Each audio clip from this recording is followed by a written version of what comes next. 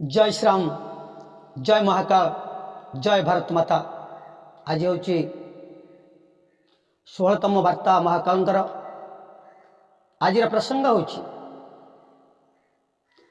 अंत्येष्टि संस्कार। संस्कार भितर ये हूँ नवमतम संस्कार अंत्येष्टि संस्कार। ये अंत्येष्टि संस्कार क्या कहुए, तार परिभाषा कौन, तार उद्देश्य कौन, लक्ष्य कौन। अंत्येष्टि संस्कार कौन हो जीवन शेष जो मनुष्य जीवन रे मृत्यु आसे, जिते पंचतत्व को ए पंचतत्वर शरीर को जीवात्मा छाड़ी अदृश्य जगत को चली जाए था। जीवात्मा तो ये दृश्य जगत रू अदृश्य जगत को चली गला, ये स्थूल शरीर को छाड़ी सूक्ष्म शरीर को मिलन हो गला। हेले ये अंत्येष्टि संस्कार कौन ना, जिते जीवात्मा ये दृश्य जगत रू अदृश्य जगत को चलीगला पर छाड़ीगला से जड़ तत्व को, जहाँ को कहूँ आम, जहाँ पृथ्वी जल वायु अग्नि आकाश ये पंच तत्व सृष्टि होता स्थूल शरीर। ये स्थूल शरीर को छाड़ी चलीगला पर जीवात्मा पड़ी रहा स्थूल शरीर।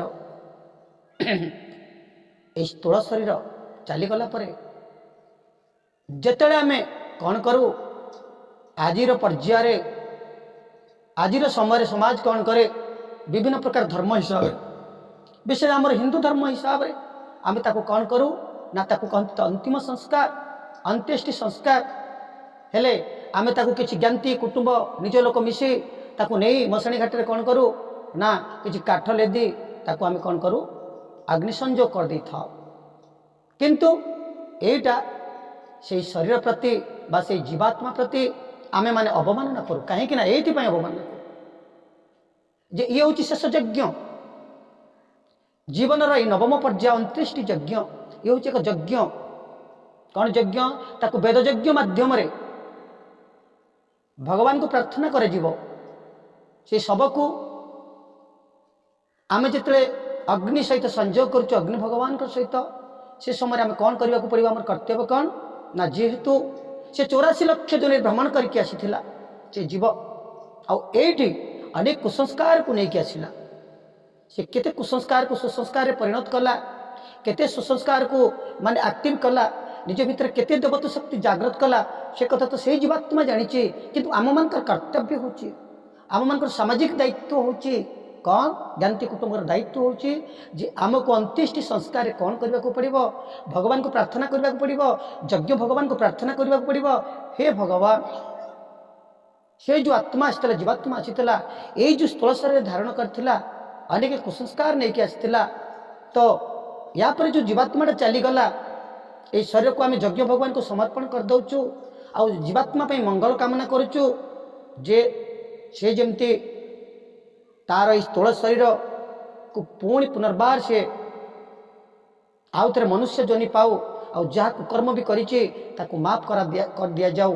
आ यज्ञ भगवान को यही भावनार सहित जो आम समर्पण करदे से सबको अग्नि भगवान सहित समर्पण कलापर यज्ञ भगवान को समर्पण कला पूर्वर आमको कौन करने को पड़ो, ताकू गाधोई फाधोई से सबको से स्थूल शरीर को ताकू भल नूतन वस्त्र आभूषण करे ताकू यज्ञ भगवान को समर्पण करदे, जहाँफल आमको कौन हम ना गोटे वार्ता मिल समाज को जे यज्ञ भगवान को समर्पण करदे से जीवात्मार में मंगल कामना कर।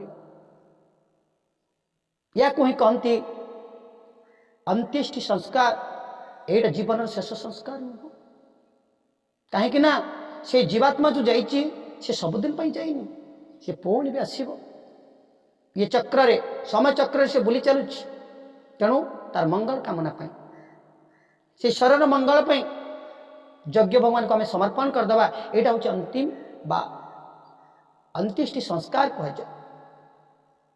जदि आपण मान को ठीक लगिला भारत माता तरफ